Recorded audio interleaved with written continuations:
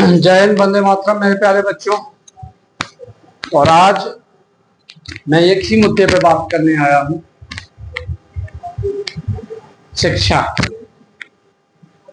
अभी लखनऊ में घटना हुई, बहुत बड़ी घटना। उसके प्रति हम संवेदनशील है, उसके प्रति हमें भी दुख है और सुरक्षा बहुत जरूरी है, इसके हम पक्षधार हैं। लेकिन कुछ क्वेश्चन कटघरे में आके खड़ा करते हैं, उन क्वेश्चनों के बारे में आज हम बात करते हैं।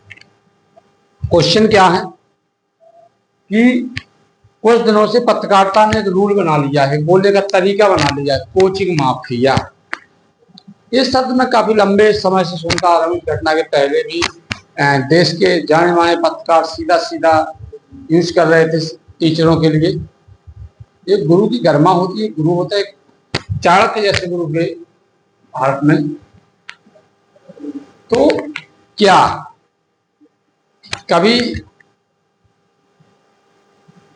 ये नहीं दिखाया गया कि उस टीचर ने इतने बच्चों को फ्री पढ़ाया? ये नहीं दिखाया गया उसमें टीचर ने फीस नहीं दी? ये नहीं दिखाया कि उस टीचर ने कभी बच्चों को किताबें वितरित की? पहले ये माफिया शब्द होता था कि गुंडों के लिए,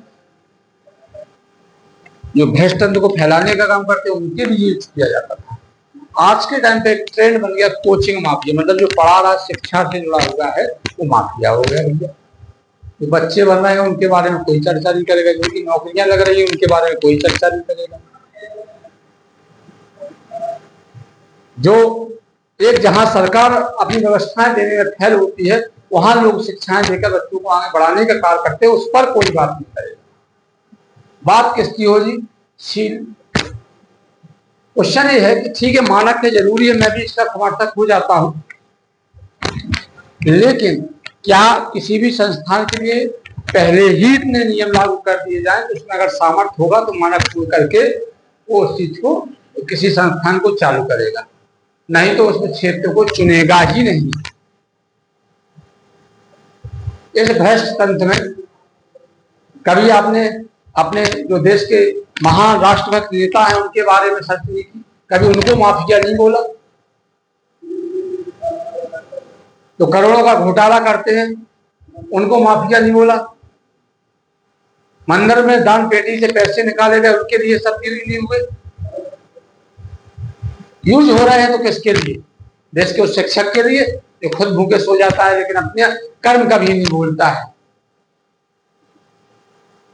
उनके लिए जो बच्चों से फीस के लिए 2 बार सोचते हैं लेकिन उसको भगाना पसंद नहीं करते, उनके लिए क्या है? क्या चाह रहे हैं? आखिर मंशा क्या? जो खेल खेलना वो खेल खेलिए, वो खेल खेला जाएगा।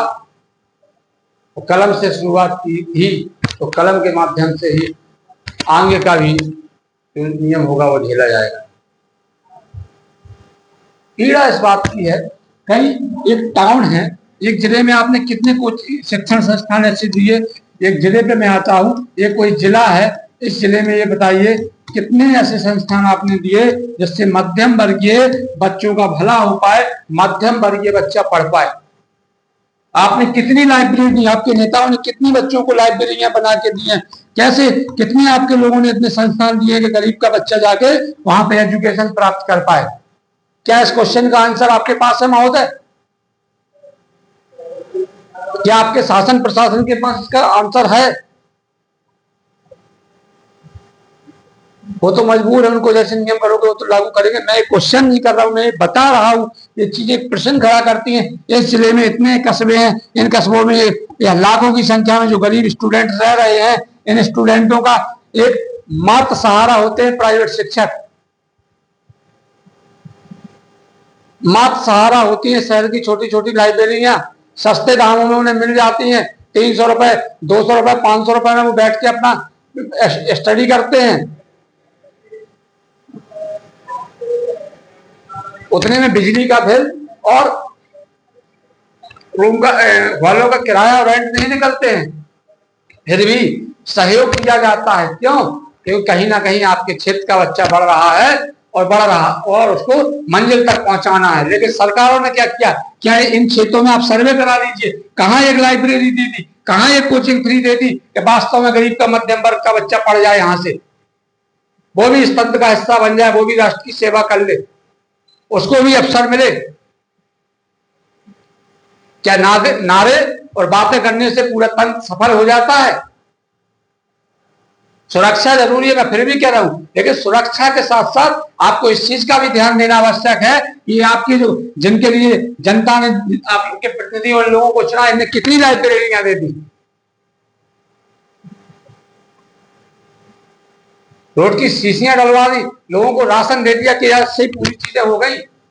हर बात यूज किया जाता है कि शिक्षा माफिया। आप बताइए, माफिया ये शिक्षक है या माफिया ये तीसरा व्यक्ति बैठा हुआ है जो वास्तव में माफिया का काम करता है और चुनाव के टाइम पे झूठे झूठे वादे करता है? कभी किसी नेता की संपत्ति की जांच कराई आपने? जो साधारण से एक चुनाव लड़ता है, साधारण से परिवार से होता है, लंबे ही 5 और 10 साल में वो करोड़पति बन जाता है। वो राष्ट्रभक्त है, वो देशभक्त है, वही सेवा करता है। ये कोचिंग वाले तो लूट रहे हैं लोगों को। इस पर कभी किसी ने क्वेश्चन नहीं किया, इस पर पत्रकारिता की कभी जवाब नहीं फिसली। देश की जानी मानी पत्रकार साहिबा क्वेश्चन करती हैं, इस देश के शिक्षक माफिया हैं। अरे माफिया शिक्षक नहीं है, शिक्षक माफिया होते तो आज ये जो पढ़े लिखे लोग आ रहे हैं ये होते ही सामने। माफिया कौन है इस हर व्यक्ति जानता है।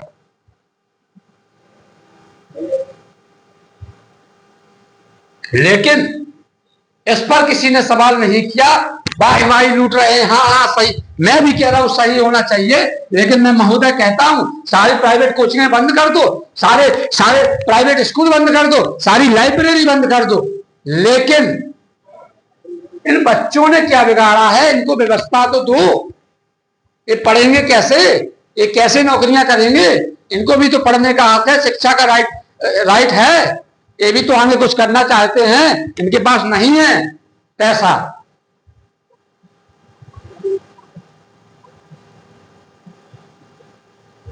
अधिनियम लागू होने से, नियम लागू होने के हो जाने चाहिए, लेकिन मैं जो कह रहा हूं, जो बच्चे हैं, जो गरीब हैं, इनके लिए आप हर क्षेत्र में ये बताइए। मैं फिर से कहूंगा कि ये बताइए, इस पूरे जिला में, जिला झांसी की ही मैं अगर बात कर लूं, कितनी सरकार ने लाइब्रेरियां दी, कितना व्यवस्था किया है कि बच्चे आके बैठ के फ्री में पढ़ पाए।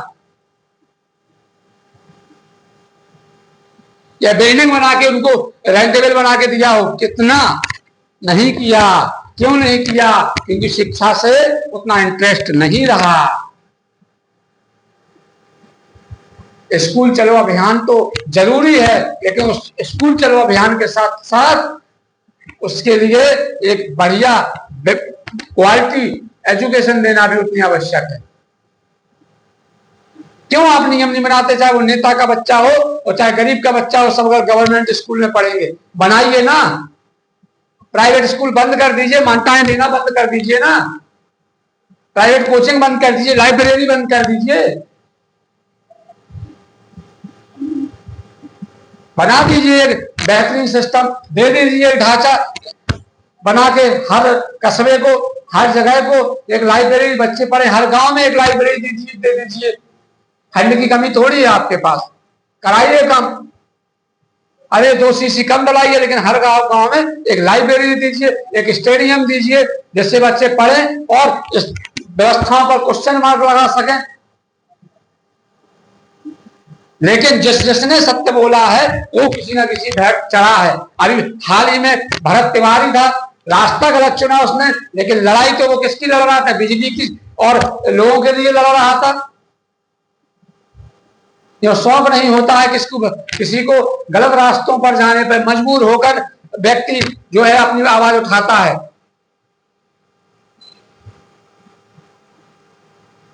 कहने का तात्पर्य है मेरा इस वीडियो के माध्यम से सरकार से भी अपील है कि मैं आपके पक्ष में हूं, मैं सरकार का समर्थन कर रहा हूं। आप लाइब्रेरी, प्राइवेट स्कूल, कोचिंग सब बंद कर दीजिए। लेकिन व्यवस्थाएं दीजिए।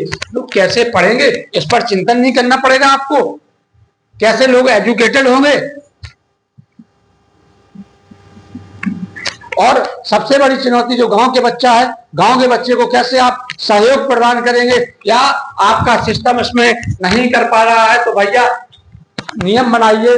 कोई जब स्टार्टिंग में ओपन करता है इतना नियम बना दीजिए कि उसी टाइप पे वो पूरा फॉर्मेलिटीज करके जो भी आपका है उसमें सामर्थ्य होगा तो वो कर लेगा। लेकिन समस्या एक है कि अगर किसी चीज की कोई परमिशन ले लो, फॉर्मेलिटी मानता और सारी जो भी होती है उनको अगर लेना चाह रहे हैं आप, तो हर जगह भ्रष्ट तंत्र विराजमान है। साधारण तरीके से कोई मानक भी पूर्ण कर रहा है तब भी वो सफल नहीं हो पा रहा है, चक्कर लगाना पड़ता है।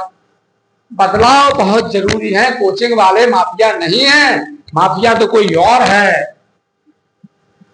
यूं ही जबरन बना दिया माफिया हमको। हम तो इस शहर में कलम से रोशनी देने चले थे, बदलने चले थे फिजाओं की हवाओं को इस शहर की,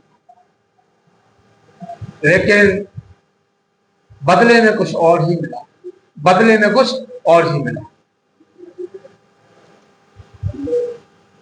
तो मेरा ये निवेदन है कि पहले मैं हर शहर हर कस्बे में मैं जनप्रतिनिधियों से जो भी इस वीडियो जिस तक पहुंचा है सबसे निवेदन करूंगा एक एक लाइब्रेरी देने का काम करें। एक एक से क्या होगा, जितनी जनसंख्या होगी, जितने स्टूडेंट होंगे सबके लिए व्यवस्थाएं कराएं।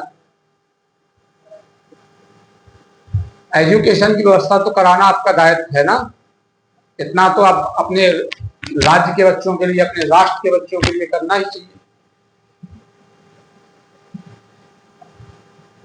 और मेरा निवेदन है पत्रकार भाइयों से, माफिया शब्द यूज करना बंद कर दीजिए। क्योंकि कहीं ना कहीं जो माफिया शब्द लिखा जाता है कोचिंग माफिया, अरे तुम्हारे का बहुत बड़ा दंड कर दिया भैया, माफिया बना दिया।